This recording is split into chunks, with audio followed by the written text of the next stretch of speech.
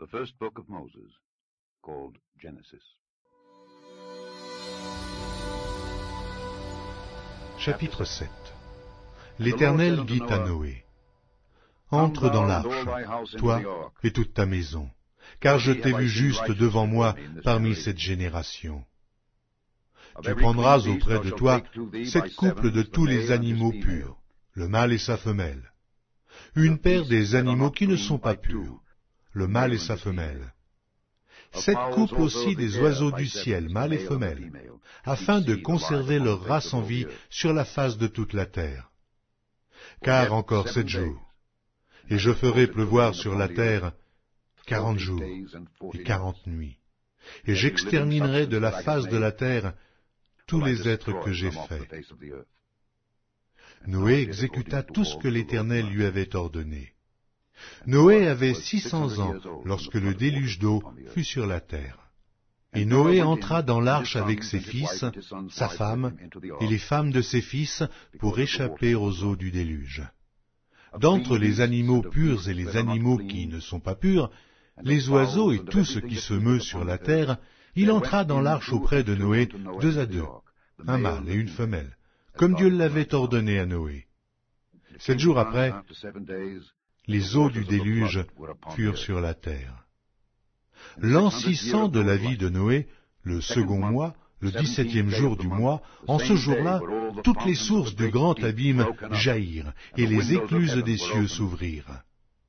La pluie tomba sur la terre 40 jours et 40 nuits. Ce même jour entrèrent dans l'arche Noé, Sem, Cham et Japheth, fils de Noé, la femme de Noé et les 3 femmes de ses fils avec eux. Eux et tous les animaux selon leur espèce, tout le bétail selon son espèce, tous les reptiles qui rampent sur la terre selon leur espèce, tous les oiseaux selon leur espèce, tous les petits oiseaux, tout ce qui a des ailes.